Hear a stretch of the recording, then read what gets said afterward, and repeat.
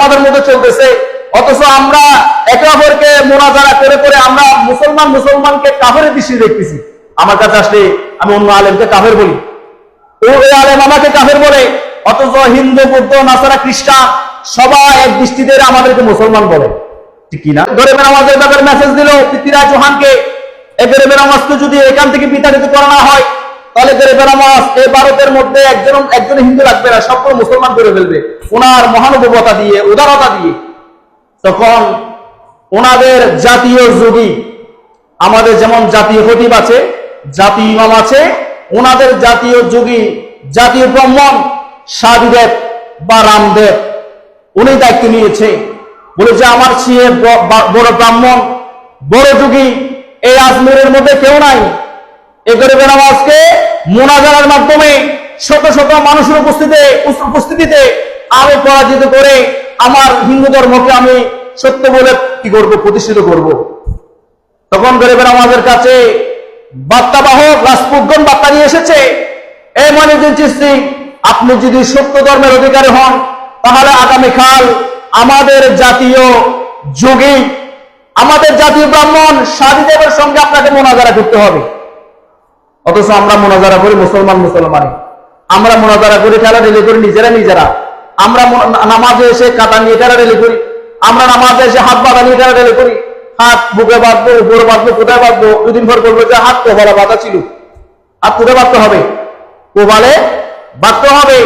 এরকম ঠেলাঠেলি আমাদের মধ্যে চলতেছে, অথচ আমরা একে অপরকে মুনাজারা করে করে আমরা মুসলমানকে কাফেরের দৃষ্টিতে দেখতেছি। আমার কাছে আসলে আমি অন্য আলেমকে কাফের বলি, ওই আলেম আমাকে কাফের বলে, অথচ হিন্দু, বৌদ্ধ, নাসারা, খ্রিস্টান সবাই এক দৃষ্টিতে আমাদেরকে মুসলমান বলে, ঠিক কিনা? এরা আমাদেরকে মুসলমানের দৃষ্টিতে দেখে, আর আমরা একে অপরকে দেখি কাফের দৃষ্টিতে। আর গরিবের নামাজ মুসলমানের সঙ্গে মুনাজারা করে নাই, ইসলামকে বুলন্দিত করেছে, প্রকাশিত করেছে নিজের ত্যাগ স্বীকারের মাধ্যমে, স্যাক্রিফাইসের মাধ্যমে, কুরবানির মাধ্যমে। এগুলো গরিবের নামাজের জীবন থেকে আমাদের শিক্ষা নিতে হবে, কারণ এই মাসটা হচ্ছে ওনার ওফাতের মাস, সে কারণে ওনার কথা বলছি। তখন উনি সাদিদেবের সঙ্গে মুনাজারা বসার জন্য আগ্রহ প্রকাশ করেছে। আর বললাম না, আল্লাহর ওলিদের জবান দিয়ে কোনো কথা বের হয়ে গেলে কবুলকৃত ওই কথার কারণে মানুষ পরিবর্তন হয়ে যায়। দেখেন, ইসলাম আজকে রন্ধরে রন্ধরে পৌঁছে গিয়েছে বিশ্বের, বোমাবাজি করে নয়, তরবারি দিয়ে নয়, বুলেট দিয়ে নয়, মানুষের অন্তর্জয়ের মাধ্যমে, ঠিক কিনা? মানুষ অবহেলিত ছিল, মানুষ বঞ্চিত ছিল, লাঞ্ছিত ছিল, আল্লাহর ওলিরা ওনাদেরকে সান্ত্বনার বাণী শুনিয়েছেন। মানুষ ভীত ছিল, মানুষের মনের ভীতিতে দুর্বৃত করে মানুষকে জান্নাতের সুসংবাদ দিয়ে মানুষের অন্তরে আনন্দ জাগিয়েছিলেন। এভাবে মানুষকে ঈমান ইসলামের দিকে আহ্বান করেছেন ফজিলতের কথা বলে বলে। এখন আমরা মানুষকে কঠিন কথা বলি, আমরা রিচার্জের নামে, গবেষণার নামে মানুষকে ইবাদত থেকে আমরা বঞ্চিত করি। একজন মানুষ বেশি নামাজ পড়লে বলে যে এত নামাজও দরকার নাই, 4 রাকাত ওযুর সুন্নাত পড়লে বলে যে সুন্নাত দরকার নাই, কাবালার জুমা 4 রাকাত পড়লে বলে যে কোরআন হাদিস আমি কাবালার জুমা পাই নাই। মানুষকে ইবাদত থেকে বঞ্চিত করে, অথচ আল্লাহর ওলিরা ইবাদতের ফজিলতের কথা বলে বলে মানুষকে ইবাদত মুখী করেছে। এটা ছিল ওলি কেরামের জীবনের মূল শিক্ষা। গরিবের নামাজের কাছে যখন গরিবের নামাজ ডেট দিয়েছে, ঠিক আছে আগামীকাল আমি সাদিদেবের সঙ্গে মুনাজারা করব, তখন মুনাজারার মধ্যে গরিবের নামাজ গেল, বিশাল স্টেজ হলো, চতুর্দিকে এলান হলো, হাজার হাজার লক্ষ লক্ষ হিন্দুরা গরিবের নামাজের পরাজিত হওয়া দেখতে এসেছে। রাজা পৃথ্বীরাজ চৌহান এসেছে, সাদিদেব স্টেজের মধ্যে বসা, গরিবের নামাজ উঠেছে, উঠে মাত্র সাদিদেবকে একটা কথা বলেছে, ও সাদিদেব, তুমি কিভাবে জাহান্নামে যাবা? আমি তো আল্লাহর আরশের মধ্যে তোমার নাম দেখতে পাচ্ছি, তুমি মুমিন মুসলমান, তোমার স্থান জান্নাতে হবে, তুমি একটু আরশের দিকে দেখো না। জোরে বলেন আছে সুবহানাল্লাহ। ওই সাদিদেব উপরের দিকে দেখেছে, উপরের দিকে দেখে মুখের মধ্যে জারি করে দিয়েছে লা ইলাহা ইল্লাল্লাহু মুহাম্মাদুর রাসূলুল্লাহ সাল্লাল্লাহু তাআলা আলাইহি সাল্লাম। আল্লাহুম্মা সাইয়্যিদিনা মাওলানা মুহাম্মদ ওয়া আলা আলি মাওলানা तेरे से कारो मिलाता उसको शफी जो मेरा गौस है, लाडला बेटा तेरा अल्लाहुम्मा सय्यिदना मौलाना मुहम्मद व अला आली मौलाना। ওই শারীরিক ঈমান এনে যখন মুসলমান হয়ে গিয়েছে, উপস্থিত অনেক হিন্দু শাদীদেবের যারা ভক্ত মুরিদান ছিল, শাদীদেব যে পদে গিয়েছে তারাও গরিবে নওয়াজের হাতে ঈমান এনে মুসলমান হয়ে গিয়েছে। দেখেন, আজকে একটু জিনিস নিরপেক্ষভাবে চিন্তা করেন না। ঈমান ইসলাম তো আপনার কাছে উড়ে উড়ে চলে আসে নাই। আল্লাহর নবী এসে আমাদেরকে ঈমান ইসলামের দাওয়াত ভারতবর্ষের জমিনে দেয় নাই। এবং যুদ্ধে করে যদি ঈমান ইসলাম বিজয় অর্জন হতো, আমাদের অসংখ্য পূর্বপুরুষকে আল্লাহ রাসূলের সাহাবীরা যদি যুদ্ধ করে যদি কতল করতো, আমাদের অন্তরে প্রতিশোধ থাকতো। অথচ যুদ্ধ নয়, শান্তির মাধ্যমে ঈমানের দাওয়াত দিয়েছেন। আমাদের অন্তর থেকে কলুষিত দুর্বৃত্ত করে আমাদেরকে মুমিন মুসলমান বানিয়েছেন বেলায়েতি ক্ষমতা গুণে, ওনাদের উদারতার কারণে। এটা এক বাক্যে স্বীকার করতে হবে, এই ভারতবর্ষে ঈমান ইসলাম পেয়েছি আল্লাহর ওলিদের উদারতার কারণে। ওনাদের এটা বড় কারামত। কারামতুল বালিয়া হাক্কুন ওয়া লা শাকসুন ফি। এই কারামতুল আউলিয়াকে শক করা যাবে না, সন্দেহ করা যাবে না। গরিবে নওয়াজের হাতে যখন ঈমান এনে মুসলমান হয়ে গিয়েছে, রাজা পৃথ্বীরাজ চৌহান বড় টেনশনের মধ্যে আছে, এই গরিবে নওয়াজকে কিভাবে দমানো যায়। তখন তাকে পরামর্শ দিয়েছে, গরিবের মানুষ মুসলমানরা হচ্ছে পবিত্রতা বিশ্বাস করে, এরা সার্বক্ষণিক পরিষ্কার পরিচ্ছন্নতাকে পাঁচ ওয়াক্ত নামাজের জন্য ওযু করে। আমরা একটা কাজ করি না, আনা সাগরের পানি বন্ধ করে দিই। আনা সাগরের পানি যদি বন্ধ করে দিই, তারা আর পবিত্রতা অর্জনের জন্য পানি পাবে না।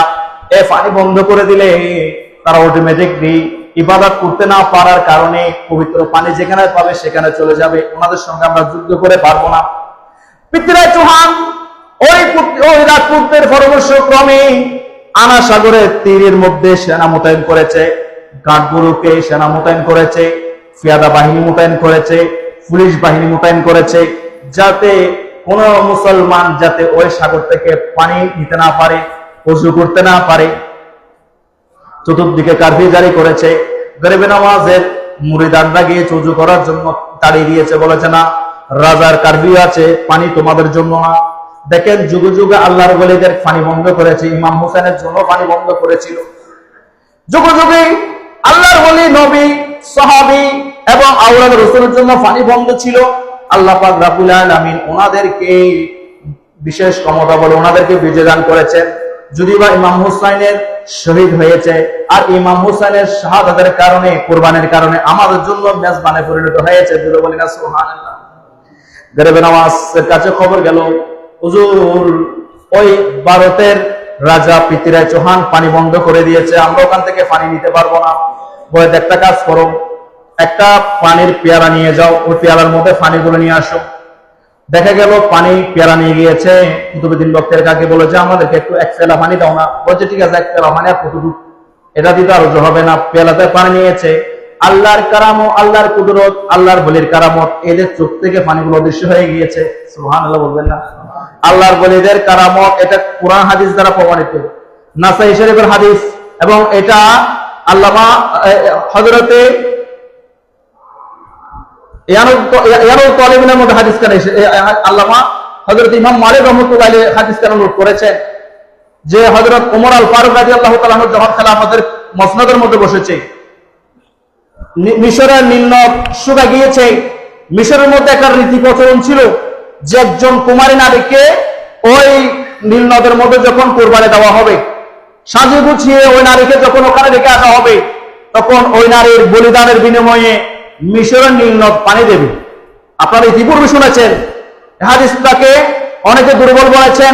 বেশিরভাগ মুহাক্কিক আলেমরা হাদিসের সনদকে সহিহ বলে উল্লেখ করেছেন।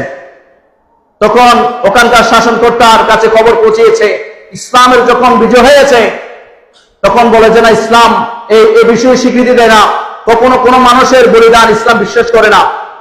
তখন ওমর আল ফারুক বরাবর চিঠি লিখেছে যে এই মিশরের নীল নদের মধ্যে মানুষ কুমারী নারী বলিদান না দিলে নদী পানি দিতে কি প্রবণতা করে? ওই বছর পানি দেয় না। একজন কুমারী নারীকে যদি বলিদান দেওয়া হয় তাহলে ওই বলিদানের বিনিময়ে একটা বছর পানি দেয়। তখন ওমর আল ফারুক দুটা চিঠি লিখে একটা চিঠি লিখেছে প্রশাসক বরাবর, যে প্রশাসক আমি এই চিঠিখানা দিয়েছি, এই চিঠিখানা তুমি নীল নদের কাছে দিও। নীল নদের কাছে চিঠি লিখেছে, এই নীল নদ, তুমি যদি আল্লাহর হুকুমে প্রবাহিত হও তাহলে আমি ওমর নির্দেশ দিচ্ছি তুমি প্রবাহিত হবা, তোমার কৃপণতা দূর করে ফেলবা, খরা দূর করে ফেলবা, পানি দিয়ে ভরপুর হয়ে যাবা। আর যদি তুমি কোন শয়তানের মাধ্যমে প্রবাহিত হও, তুমি যদি বলিদানের মধ্যে প্রবাহিত হও, তুমি নীল নদের পানি আমার প্রয়োজন নাই, তোমার প্রবাহিত হওয়ার দরকার নাই, তুমি শুকনো থাকো। তখন ওমর ফারুক রাদিয়াল্লাহু তাআলা চিঠি লিখেছেন। ওই চিঠিখানা ওই গভর্নর গিয়ে পড়ে নীল নদের মাঝখানে গিয়ে রেখে এসেছে। শত শত মিশরি মুসলমান দাঁড়িয়ে আছে। নীল নদের মাঝখানে রেখে ওমর আল ফারুক কিনারে আসতে পারে নাই।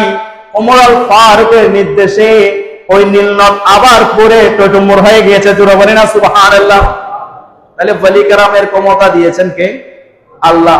যেমন সূরা নমলের 38, 39, 40 নম্বর আয়াতে আসিফ ইবনে বারকির কথা আল্লাহ বলেছেন, জিন্দা শক্তির মাধ্যমে যে রানী বিলকিসের সিংহাসন ঘণ্টাখানিক পর আনবে। আসিফ ইবনে বারকিয়া বলেছে, দাঁড়িয়ে গেলেন, বলে যে আনা আতিকা বিহি, আমি এনে দেব। কখন? ইয়া সুলাইমান বাদশাহ চোখের পলক পড়ার আগে। একজন আসমানি কিতাবের আলেম, একজন মানুষ আল্লাহর বলি, উনি বলে যে আমি এনে দেব চোখের পলক পড়ার আগে। সুলাইমান আলাইহিস সালাম চোখের পলক পড়তে দেখে ওই আল্লাহর বলি সুলাইমান আলাইহিস সালামের উম্মত ক্ষমতা বলে, কুদরতি কারামতের ক্ষমতা বলে সুলাইমান আলাইহিস সালামের সিংহাসনের পাশে রানী বিলকিসের সিংহাসন এনে দিয়েছেন। আর আল্লাহ কোরআনের মাধ্যমে আমাদেরকে জানিয়ে দিয়েছেন। জোরে বলেন না সুবহানাল্লাহ। তখন ওই পানিগুলো তাদের কাছে অদৃশ্য আরো বিভাগে পড়ে গেছে। পৃথ্বীরাজ চৌহান খবর পাঠিয়েছে, ওনার কাছে মাপ চেয়ে পানিগুলো ফিরত নাও, ওনার ব্যাপারে কি চিন্তা করা যায় দেখা যাবে। তখন ওনার কাছে মাপ চাওয়া হয়েছে। ও গরিবের মাস, এই যে ভারতবর্ষের জমিনের মধ্যে মুসলমান না শুধু মানুষ কষ্ট পাচ্ছে, শিশু কষ্ট পাচ্ছে, গরু পশু কষ্ট পাচ্ছে, এই আনাসাগরের পানি দিয়ে তাদের জীবিকা নির্বাহ হয়, বলে যে একটু পানিগুলো ছেড়ে দেন না। পানি ছেড়ে দিয়েছে, আবার সাগর পরিপূর্ণ হয়ে গেছে। সুবহানাল্লাহ। তাহলে গরিবের মাস আমার রাসূলের উম্মত, আর আমার রাসূলের উম্মতকে আল্লাহ বলেছেন কুনতুম খায়রু উম্মতি, শ্রেষ্ঠ উম্মত।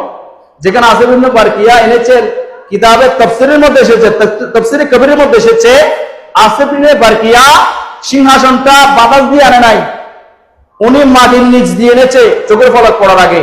তাহলে আল্লাহ ওলিদেরকে ক্ষমতা বলে কতটুকু দিয়েছেন? কি ক্ষমতা দিয়েছেন আল্লাহ পাক রব্বুল আলামিন? এই ক্ষমতা আল্লাহ জানিয়ে দিয়েছেন। মরিয়ম আলাইহিস সালামের কথা আল্লাহ কোরআনে সূরা আল ইমরানের 37 নম্বর আয়াতে বলেছেন, কুল্লামা দাখালা আলাইহা যাকরিয়াল মিহরাব। বন্ধ কামরা আল্লাহর বলি মরিয়ম আলাইহিস সালামকে আল্লাহ রিজিক দিতেন বন্ধ কামরার মধ্যে। সুবহানাল্লাহ বলবেন না?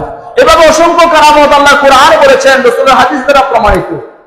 আর ওই রাজা পৃথ্বীরাজ চৌহান অজয় পালকে বাড়া করেছে, জাদুঘরকে, গরিবের আওয়াজকে যাতে জাদু শক্তি দ্বারা পৃথিবীর জমিনে ধ্বংস করে দেয়। নাউজুবিল্লাহ বলবেন না? আমার রাসূলকে জাদু করে পৃথিবী থেকে সরিয়ে দিতে চেয়েছিল। আল্লাহ সূরা ফালাক, সূরা নাস নাযিল করে আমার রাসূল থেকে যাবতীয় জাদুর প্রভাব দূরীভূত করেছে। ঠিক কি না? এই জাদুর প্রভাব শক্তি, কালো জাদু শক্তি মানুষকে ক্ষতিগ্রস্ত করতে পারে, কিন্তু আপনি ইমানদার হলে, নামাজি হলে, আল্লাহর উপর যদি তাওয়াক্কুল থাকে, আপনাকে পৃথিবীর কোন শক্তি পরাস্ত করতে পারবে না। সেটা গরিবের আওয়াজের জীবন আমাদের শিক্ষা দেয়। জোরে বলেন না সুবহানাল্লাহ। পৃথ্বীরাজ চৌহানে এই রাজা অজয় পাল জাদুঘরকে আনা হয়েছে। জাদুঘর অজয় পাল বলে যে এটা তো মুহূর্তের ব্যাপার, আমি জাদু শক্তি দিয়ে ওনাকে পরাস্ত করব। বলে যে তারাগণ পাহাড় থেকে ওনাকে পাথর নিক্ষেপ করা হয়েছে। গরিবের আওয়াজ আঙ্গুল দিয়ে ইশারা করেছে পাথর ওভাবে আছে। যারা আজমিরে যায় দেখে পাথরখানা এখনো কি আছে, যারা গেছে তারা দেখে পাথরখানা এখনো আলগা আসতে আছে, মনে হয় এখন পড়ে যাবে। গরিবের আওয়াজের এটা কারামত ছিল। তখন দূর থেকে অগ্নিবাণ নিক্ষেপ করা হয়েছে, আগুনের ফুলকি নিক্ষেপ করা হয়েছে। গরিবের আওয়াজ ওখানে বসে মুরাকাবা মুশাহাদার মাধ্যমে লাঠি উঁচু করেছে, আগুন নিভে গিয়েছে। গরিবের আওয়াজকে কোনো ক্ষতি করতে পারে নাই। শেষ পর্যন্ত নরগাঙ্গুরের মাধ্যমে গরিবে নামাজকে অদৃশ্য আগুনের মাধ্যমে সাপ প্রয়োগ করেছে, বিশাল অজগর সাপ।